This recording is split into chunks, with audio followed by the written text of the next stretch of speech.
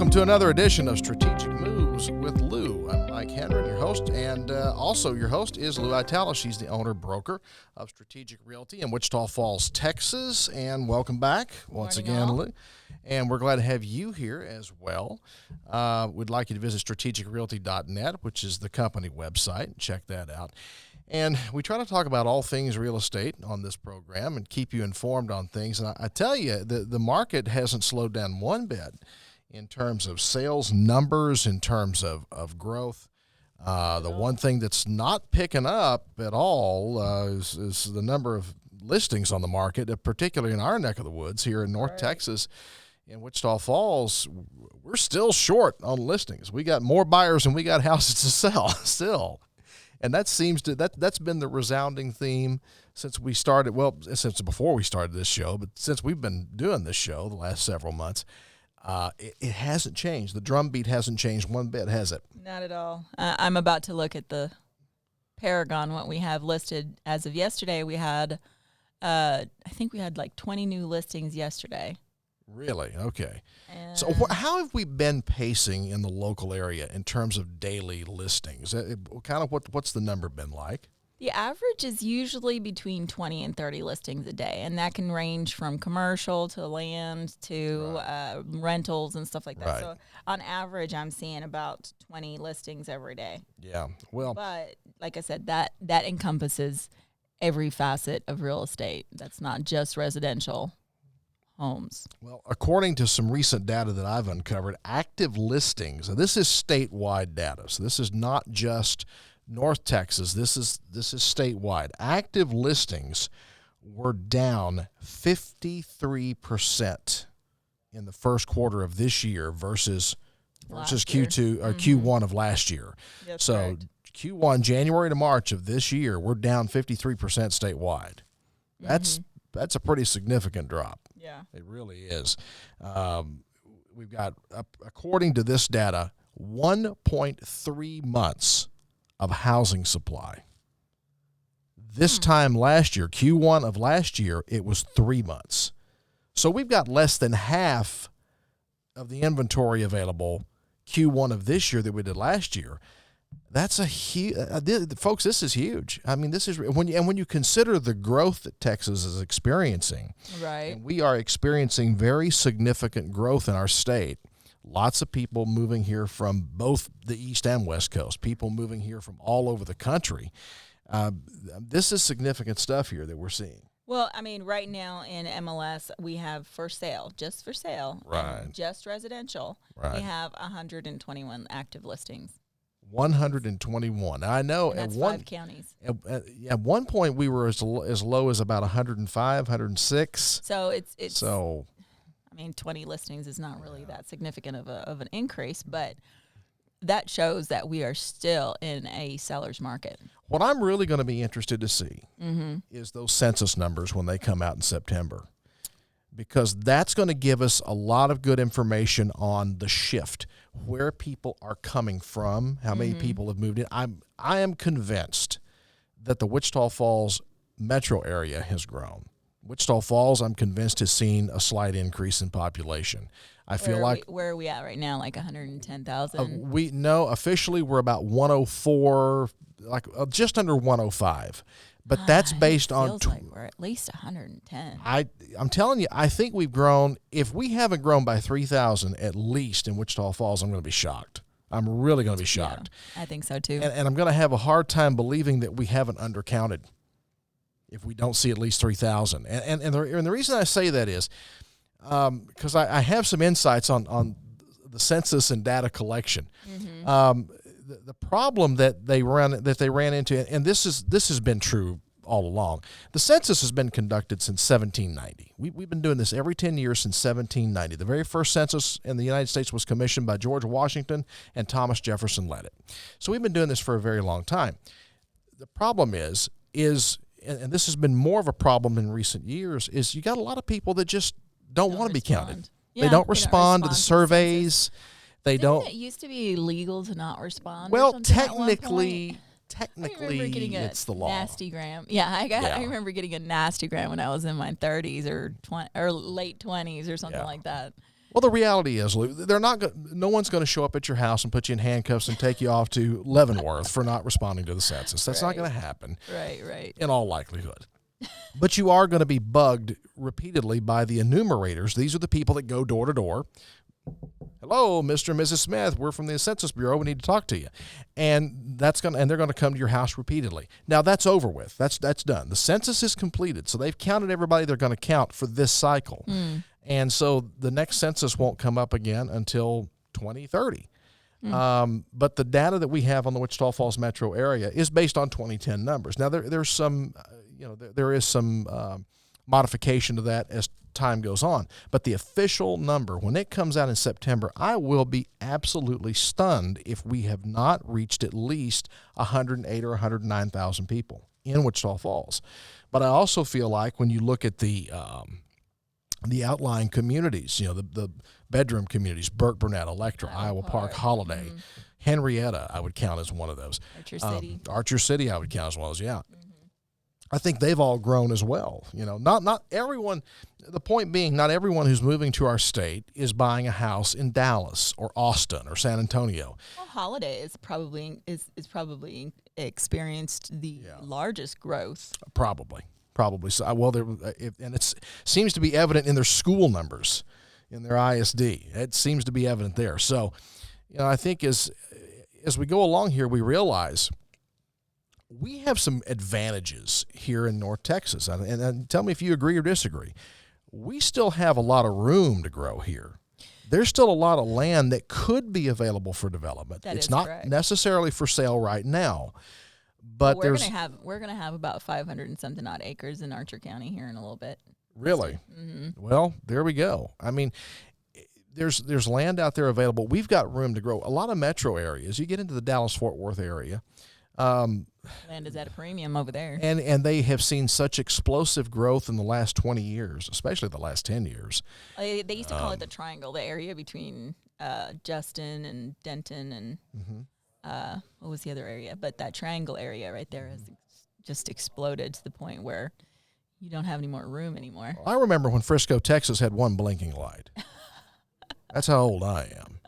Frisco, Texas had one stinking blinking light. And now you can't tell where the city limits ends or begins. You can't tell. So they've seen all this explosive growth. Well, they're kind of running out of room to grow. Everything's now coming north toward Decatur. And that's where I think that our market, that's one of the reasons why I think that our real estate market needs to be a little bit more open. Like right now we are exclusive to, our MLS system is exclusive to this one program, and that program isn't linked in with the Dallas Metro Fort Worth area. Right. So all of the listings are only viewed on our MLS system. Kind of explain to people, it's the multiple listing service, MLS, kind of explain to people what that is and how that works, because most people probably hear it, but they don't have a clue. It's where we list all of our sales, all of our current listings, our active listings. And so me as a real estate agent, I pay for my dues include my multiple listing service. Right. And then that will flow into other websites. So for instance, if I list a house tomorrow over on Elmsworth or something like Elmwood. Elmwood. Elmsworth. If I list a house over at Elmwood tomorrow, that listing will show up on Realtor.com. It'll show up on Zillow. It'll show up on Trulia, on a lot of the websites and stuff like that. And it'll show up on a lot of the personal websites if you have the IDX that you can pull from on the back. Because they all subscribe to that data as well. Most of them, yes, they will subscribe to that data. If they don't, well, Realtor.com is part of the multiple listing system, so that's our website basically as realtors. Zillow and Trulia, they pull that data by subscribing as members only to our MLS system. Right. But that data does not, it'll go to Realtor.com. So basically our MLS system here will go to Realtor.com and the MLS system down in the Dallas-Fort Worth area will go to Realtor.com as well. But the data is only available combined data is only available on Realtor.com. Right. As a listing agent, whenever I do searches and stuff like that for my clients, it's easier to do from a multiple listing system, from an actual website, like an actual platform that has all of my listings. Well, Wichita Falls has one multiple listing system, and the Dallas-Fort Worth area has another one, and each board has their own multiple listing system. But the two are not related or interconnected at all. No, it's two different platforms. Ours is called Paragon, and the one down the Dallas area is called Netris. Now, Netris has a lot of the realtor boards combined into that. Okay. So you only have to have access to one multiple listing system to see all the listings everywhere in the Metroplex area. Okay. So I can see the listings in Denton, and I can see the listings over in Frisco, and I can see the listings over in the Dallas area, all in one place. Right. Well, if we were part of that system, they would also be able to see our listings. Okay. All right. When they're doing their searches for their clients. Is there any push at all to become a part of that at all? Over the years, we've tried to get our board to switch over to the Netris system, but a lot of it has to do with the funding. I see. So our dues here in Wichita Falls go towards the multiple system that we're using currently. If we were to switch to another multiple listing system, I think our dues would change. Yeah. And a lot of people think that would change drastically, and a lot of the control of the multiple listing office would be lost because now we would be under the Dallas-Fort Worth umbrella. Okay. But to me, it just means that there's a lot of clients. I mean, we get it even now. We get a lot of agents from the Dallas-Fort Worth area showing our listings. But they don't have access to the actual data, the data behind the scenes. Okay. All right. So they know the house is available, but they just don't know everything about it. Right. Yeah. Exactly. They don't know all the secrets. Yeah. Right. Well, and going back to the sales numbers. Now, we talked about the active listings down 53%. Nearly 85,000 homes were sold statewide in Q1 of this year. Now, that's a 10.1% increase over Q1 of last year. A 10% increase. Now, you think, well, 10%, big deal. It is a big deal. I mean, it's a big number, especially when you consider that the number of listings is so far down compared to last year. If we had the same amount of listings, I think our sales would be up like probably 30 to 40%. But and if you go back historically and see what our increases are, that 10% would probably only be 2%. I think on average, we only increase about 2% every quarter. How many days average is a listing on the market in Wichita Falls, in the Wichita Falls metro area? That's impossible to determine nowadays. I mean, it used to be 60 to 90 days. Yeah. I mean, if you sold your house within the first 90 days, you were lucky. Now you put it on the market and you get a contract within the first day. Yeah. And we're seeing that often now. That's a 30-day listing. That was a very uncommon thing here, not that long ago, for a house to be listed on Monday and it's in contract by Friday. That didn't happen very often. Now it's become commonplace. You put it on the market. I've had a couple listings that you put it before you even get all the information in the MLS. You got other realtors calling you. Go, hey, can I show that house in an hour? No, but maybe tomorrow. But everything is just happening so crazy. Rapid fire. Mm-hmm. Yeah, it is crazy. It has gotten crazy, and like I said, that a lot of that has to do with that growth that's coming up. Yeah. From the Dallas-Fort Worth area. Yeah. Now, if we were in more of an open market, we probably would be experiencing more growth than that. That's what I would estimate. Well, and I think, and we've talked about this before, when businesses start looking at your community, whether it's restaurants or retail or whatever, they're looking at rooftops. Especially restaurants, they're looking for, you're looking for constant foot traffic all the time. At restaurants, you got to turn tables over. You got to have constant foot traffic. Right. And they look at rooftops. And when they decide where to build, it's rooftops that matter. How many people live in this area? How many people potentially can be a customer for us? Well, and I think that you were the one that told me this a while ago, is that our unemployment rate was so low that a lot of industry couldn't grow here because there's no people here to work in their industry. Well, that has been a factor. Now, our unemployment rate, back in February, we were about 7.1%. The latest data puts us at 5.5% unemployment. So we've dropped considerable bit in one quarter. But we're still more than double what we were at the end of 2019. At the end of 2019, we were about 2.6%. So we're still double what we were back then. We still have employers here still struggling to find help. All of this and how all of this ties in, I think, Lou, into the housing market is this. If you know a community is growing, you're going to look, and we're seeing more development. We're seeing more houses built. You got some projects going over Northwest Drive. Yeah. We got like 5 homes over there already built, or 6, or we're on our 4th right now, and we got 2 more that are going to be coming up in the next week. And these are not spec homes that are being built. These are sold houses. Custom, they're already sold. Yeah, and I don't think anybody's building a spec home. We don't have time to put a spec home up. I mean, if we put a spec home, as soon as we start building something, or even just put it out there, it's already in order. We actually have a little bit of a waiting list on our builds right now. Yeah, well, and there's all kinds of factors playing into that right now. Material availability is nuts. Labor is becoming a problem.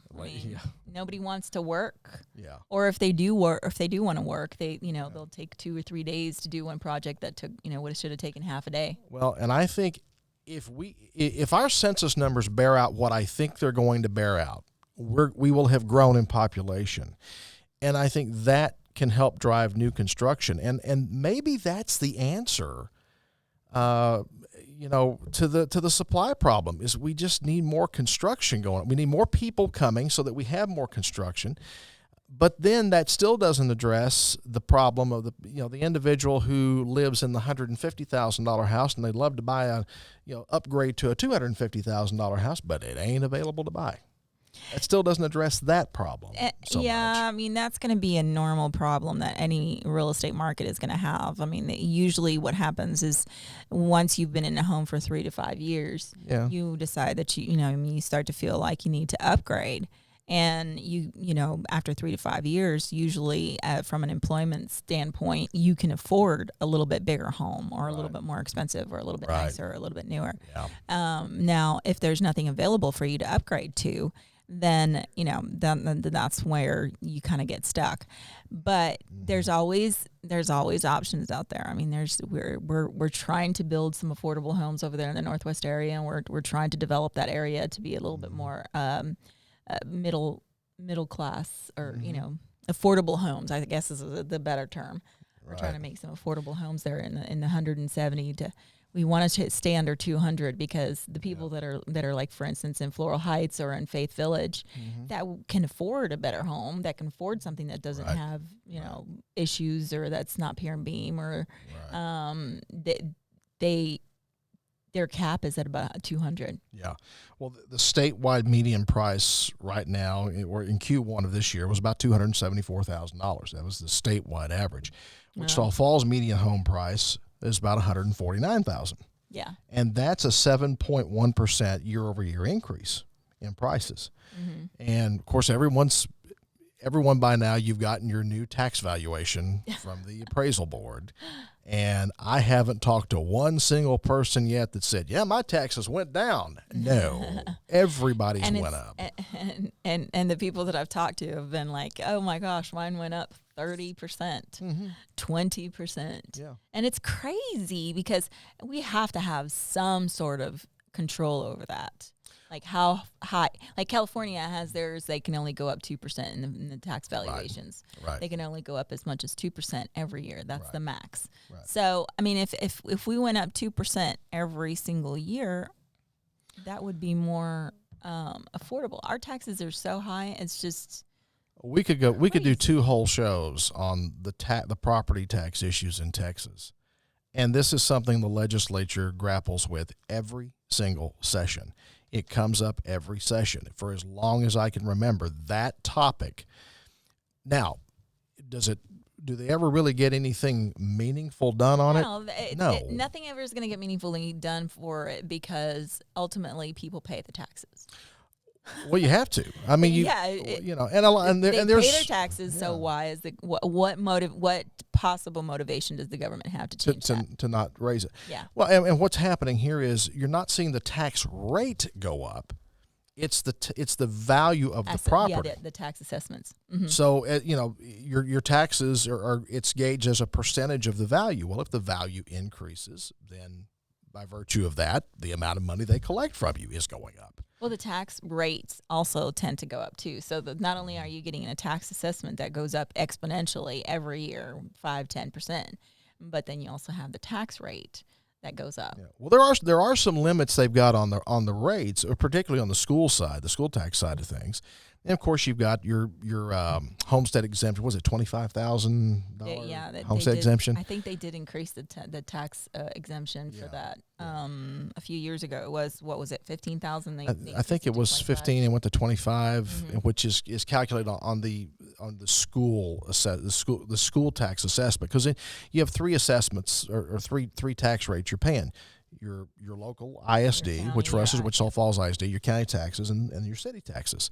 So you're paying three entities is what you're paying when you pay your taxes. It all goes to one collector. You have one tax assessor collector who's responsible for collecting the money, but it's going to three different legally three different bodies. So and people will argue, well, why doesn't the city of Wichita Falls why don't they build the new schools? Well, that's not their job. They can't. They can't spend the money that they collect in taxes to build new schools. That responsibility falls to the ISD. The city of Wichita Falls can't build a new county jail. Legally, they can't do that. The county has to do that. It's all separate money and has to be kept separate. But you're paying the same body. You're just collecting the money. But the fact of the matter is they'll tell you that the assessments they're trying to stay in line with market values. But see, that's where I question that, because the tax assessments I don't know. I mean, to me, what California is doing is not necessarily accurate either, because if their assessments only go up 2%, is that really an accurate representation of their property values? You can get a property that's assessed for $250,000, but when it sells for $750,000. Well, but that's not really a good representation of tax value. But that's the rules that they've set for that state. But Lou, we've got people moving to our state, and I've met people right here in our local area that have relocated here from California, and they're walking into Texas, and they've netted $300,000 from the sale of their home in California. They sold their $800,000 home or $1 million home in California, walked away with a tidy profit that they can then bring to Texas and pay cash for a home, because we're seeing a lot more cash buyers that aren't investors. They're buying their home to live in. It's crazy. I'll get a buyer be like, oh yeah, I'm gonna pay cash. Like, okay, well, what is it that you're looking for? And I'm expecting like something like 40,000, 50,000, 70,000, 70 between that kind of figure. And they're like, oh well, I don't want to go above 350,000. And I'm like, okie dokie, we can do that. Let's see if we can find you something today.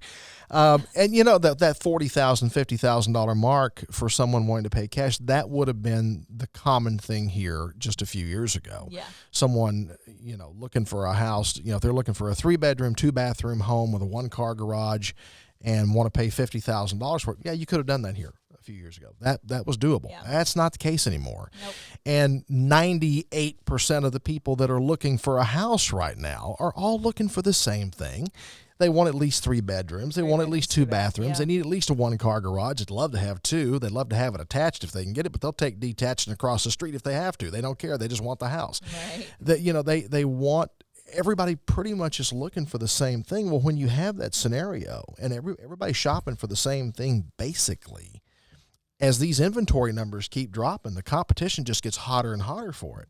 And one thing that I would advise anybody that's looking to sell a house is that do not contact one of these I buy ugly houses or I buy your house for cash, because right now you're just giving away money at this point. I mean, I hear about from some of my investors, and they probably won't like me after this, but I hear from some of my investors that they're still able to pick up houses for like $25,000, $15,000 here and there, 35, and that's just unreal to me. Like, somebody is that desperate for cash that they will sell their house for that much. Well, if you just wait a second, you could probably sell it for $60,000. Yeah. And I'm just saying, make sure that you talk to a real estate professional before you get into a situation where you're just basically giving your house away. Yeah. Well, if you list your house today, the statewide average on the market from the time you list it to closing is about 47 days right now. Exactly. 47 days. It takes 30 days to close any type of transaction if it's got a lender involved. At the very least, it's going to take 30 days. If it's a cash buyer, then it can be somewhere between 7 days and 2 weeks. It just really depends on the title company and how fast they work on the title policy. Well, and all the people that are involved in these processes, the title companies, the inspectors, the appraisers, everybody is up to their eyeballs in work right now and busy. And you call for an appraisal, don't expect it the next day. That's just not going to happen. No, I think a lot of these appraisers are pretty much they can still do an appraisal within 2 weeks or 1 week, but you may need to shop around. Your banker may need to shop around if you're using a lender. They're busy, and that's great. And this is really good news for the economy. That clearly the housing market is very strong, and it's very healthy, and it's very healthy here in the Wichita Falls market.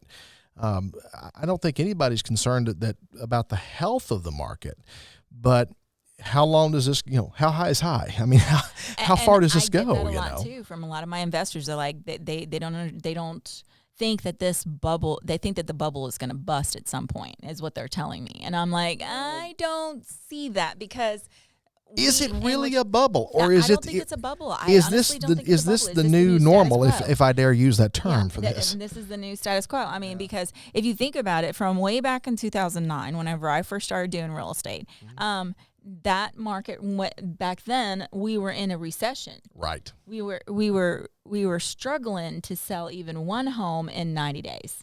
Right. I mean, if you had a listing, you better count on that listing be on the market for at least 6 months to a year before you had a buyer. Yeah. So, and then we also had the water rations.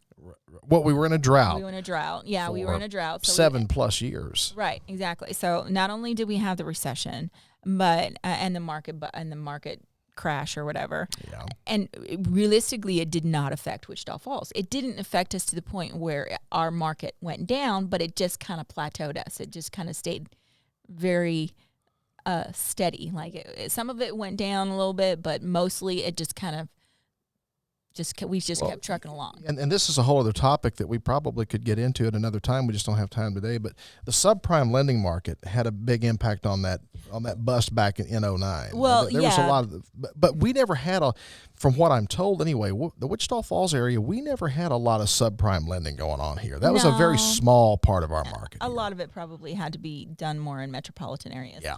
But so basically, after 2011, that's when our market started to kind of recover a little bit, and we started to speed up a little bit.